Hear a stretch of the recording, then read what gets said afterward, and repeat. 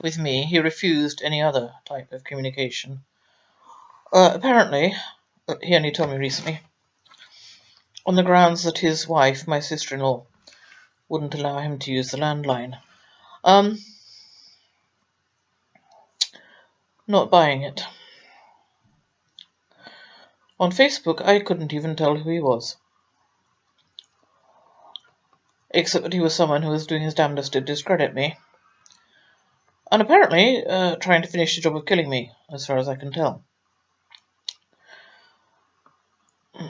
And in fact, my breathing is considerably worse since our exchange today. Mind you, he's been hacking into my account for years.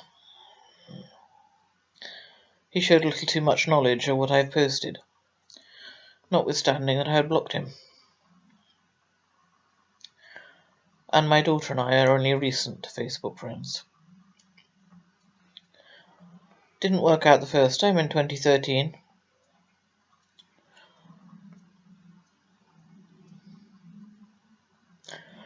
We're only recent Facebook friends.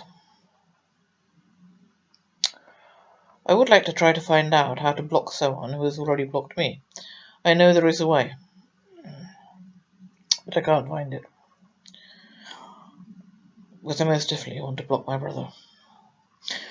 I did eventually succeed in deleting the post in which he called me all kinds of names. Gosh, now let me see. I'm selfish. Yes, so selfish that I gave his children £6,000 from my inheritance from my father, which I could have used very definitely. Well, it didn't all come from me, to be fair. Some of it came from my older daughter. But it was my idea to do it. Well, I am very sorry to say I deeply regret that now.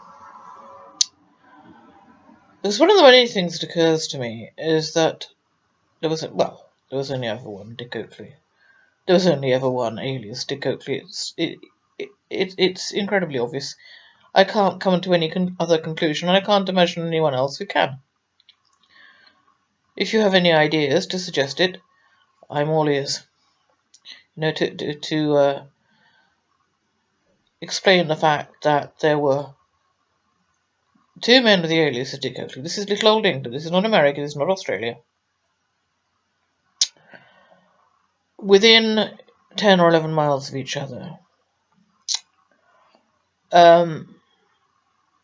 And with so very much in common. Instead of me trying to prove that they're both the same man, you proved to me that they weren't. Because, Michael, you can still watch me on YouTube, can you not? And no doubt are doing to see what family secrets I shall give away next. All of them, mate, before I draw my last breath. All of them. There's nothing to hold me back anymore.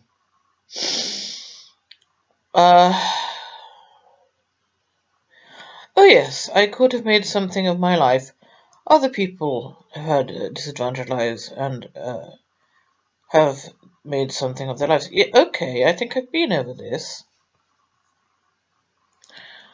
Past 11 plus at 10, my father prevented me from going to grammar school. I was therefore forced into a school where I had been bullied already for 3 years, and it continued for another 4. It was also, of course, not as good a school as a grammar school, which I had every right to go to because I had passed 11 plus. Our next door neighbours managed to get in, so it was most definitely part of my father's ensuring that I would not get an education. He didn't believe that women should be educated. Okay. Despite that, and despite being off school approximately 50% of the time with illnesses that my father had given me, and no other kind, ever, I was in the top stream. They still had streaming, and I was in the A1 class throughout secondary model school. And when I wasn't off sick, I was off truanting. But I stayed in the top class. And I would most certainly have got all the O-levels for which I was penciled in, had my father not given me crab rice just before the O-levels, 1 month before to be precise. Unfortunately, that had a severe detrimental effect on my mental health, which lasted for the next 15 years. Not quite sure what I was supposed to do about that, because no one in the family offered help. No doctors were called. No social workers were called. My brother commented on my obsessive-compulsive disorder, but didn't do anything about it. I overcame it on my own. Completely on my own, which actually is, something that not many people can do. Got over that one. Then, of course, I was given hell for getting pregnant with an illegitimate child, notwithstanding that my brother and I were both illegitimate children. And had to fight my parents for custody of said child. Along came anorexia and bulimia. Now, even people who get professional help for anorexia and bulimia quite often do not overcome it. They die. I overcame it on my own. No doctors, no family, no nothing. I overcame it. You're right, Michael, these things can be overcome. 5 years of alcoholism I also overcame on my own cold turkey. And in fact, although the doctors did prescribe a drug to me, they prescribed it in the wrong dosage. It was a drug called Hymenevrin, which is supposed to be given in a reducing dose because it's so highly addictive. But they gave it to me 4 a day every day. I have the bottle somewhere. In other words, I very rapidly became addicted to Hymenevrin, as well as, although I did come off the alcohol, and I did reduce my diazepam dosage, also with no help, from 20 milligrams to 4 milligrams. Also with no help, and in fact from the doctors all I ever got was hindrance on that front, because no matter what progress I made, they decided that they must take over and I must do it their way, not mine, which did not work. So there I am, I'm now 31, and I've overcome actually 31 years of hell. The first 15 with my parents were hell, and the next 15 were also hell. I seem to have lost a year there somewhere. That would only come to 30, not 31. I then went to evening classes for how many years? 6 years. But I was raising 2 children. And I got an extra 7 O-levels. I could, by the way, if I'd wanted to go straight into university, have done it the easy way and gone the access route. I deliberately chose the hard way because I wanted to do things the way I should have done them and would have been able to do them had I had a different family. There is no other way to put that. It is the truth. I already had O-levels in English language and English literature. I gained O-levels in child development, sociology, psychology, human biology, maths, law, and French. I think that's the 7 I got at evening classes. And yes, that did take me from 1985 to 1991. But that is kind of the nature of evening classes. That was almost 100% grade A's, by the way. My father's contribution to that was to tell me that Anyone could get O-levels if they took them one at a time. How many have you got, Mike? Ever try evening classes? So then, having got my 9 O-levels, which I should have had 21 years previously, I went on to Itchin College, lovely college, where I took 3 A-levels and an S-level. An S-level is not, as it is now, half an A-level, it's like twice an A-level. It's a notch up from an A-level, it was a scholarship level. My A-levels were actually not in the ones I would have chosen.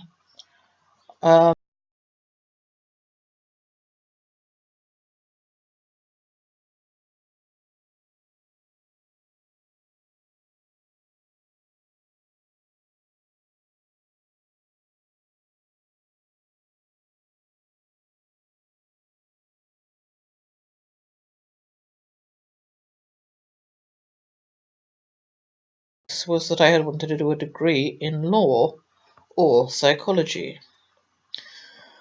Unfortunately, I was persuaded to do a degree in English. That was the only mistake that Itchin College ever made.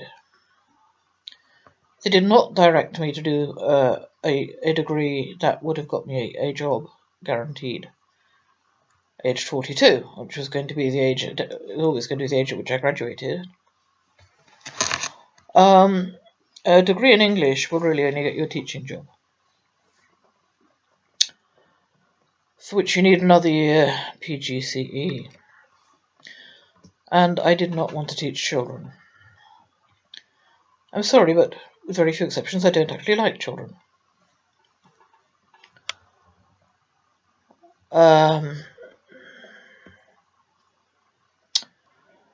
Right, so there I was with my grade A A-levels and my distinction at S-level, despite the fact that my father had taken me to court for access to my younger daughter, once again, 1 month before my exams, just exactly like what he did with the O-levels in 1970.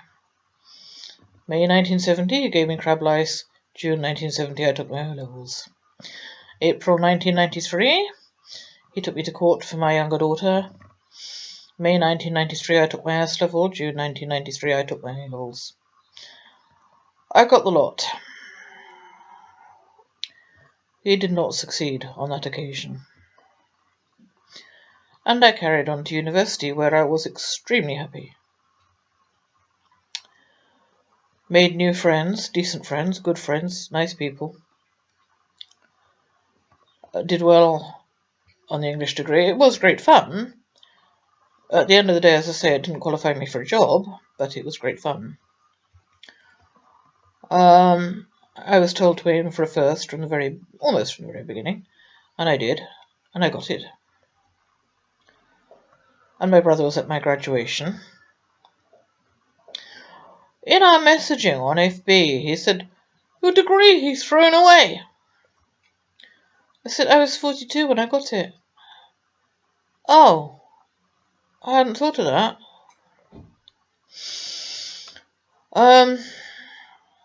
Age is a factor. Frankly, if you're going to get a degree at that age, the only real reason to do it is to prove that you can. It doesn't get you any great job at all. So then at the end of my degree, during which, of course, he murdered Fiona and told me about it, that didn't help much. At the end of my degree, I had, of course, attempted to get jobs, and was told I needed to be computer literate. So then I went on to yet another college, and I became computer literate. By now it's 1999, and I'm 45 years old. I seem to have some time unaccounted for there. Oh, of course, I did start, I did I did half a master's in gender studies before deciding it wasn't really my cup of tea. I had a scholarship for that master's degree, if only they'd offered me a different master's, eh? But it turned out to be what it is now, at the beginning of intersectional feminism and all that claptrap. And I wasn't interested. I was interested in women's rights. I'm still interested in women's rights. And so selfish am I that I'm far more interested in the rights of women in China, India, Pakistan, Afghanistan, any Islamic theocracy, in fact, any place in the world in which women and little girls are downtrodden and have no rights. I'm far more interested in their rights than I am in the rights of Americans to get free contraception.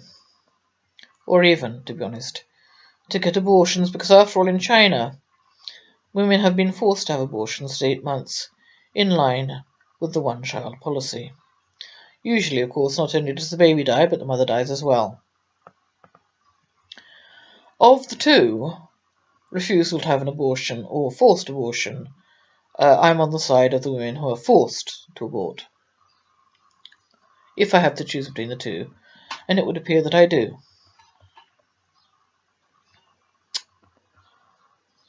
And so selfish am I that I gave away £6,000 to his ungrateful brats. Right, that covers my selfishness, I suppose, although I'm no more nor less selfish than any other one person I know, except perhaps him, because I certainly would not abandon my dying brother. Wouldn't do it. Especially not for a political difference of opinion. And in fact that was rather proved when, while I had agoraphobia, I managed to get to see him in RAF Rawton in 1987 and 1988, 2 years running, while I had agoraphobia. Now, why did I do that? Because I'm so bloody selfish, I suppose.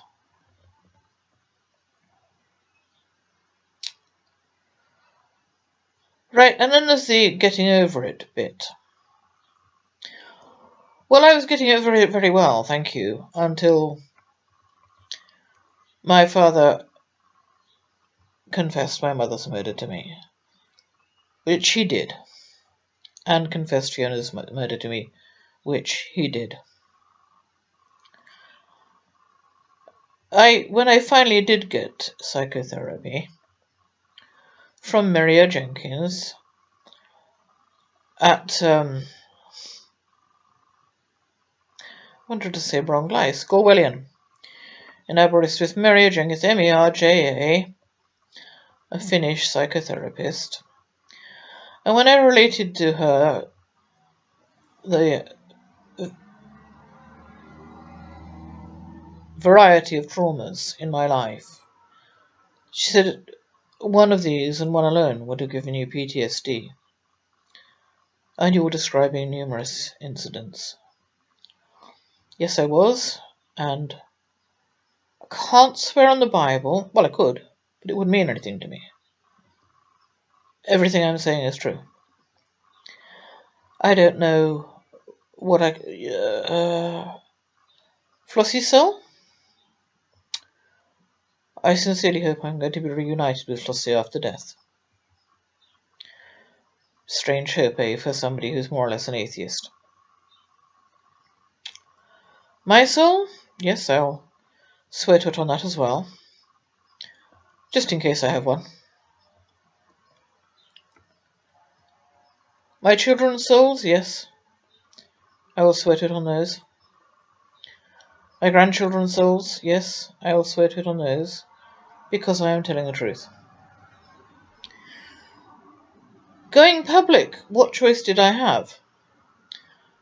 At one time I very much hoped to find living victims of my father, who would come forward and say, yes, he abused me too. This is on the paedophilia front, of course. My brother nixed that. That was going to be an article in Take a Break, which would only have covered my father's paedophilia. Nothing else. He'd have got off very lightly, considering he was a murderer as well. But my brother nixed that article.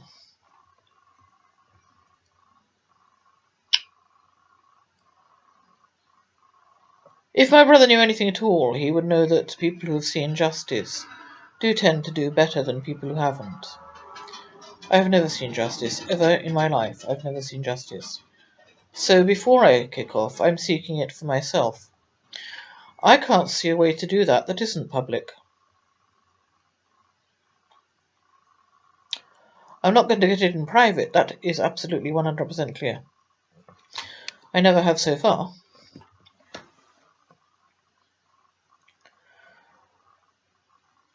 I did eventually succeed in deleting that post, although FB seemed very reluctant to let me delete my own post, or even to comment on my own post. But I think I've covered the aspects of it that bothered me the most. And it is possible I will kick off earlier after all this stress and strain of the last 4 months.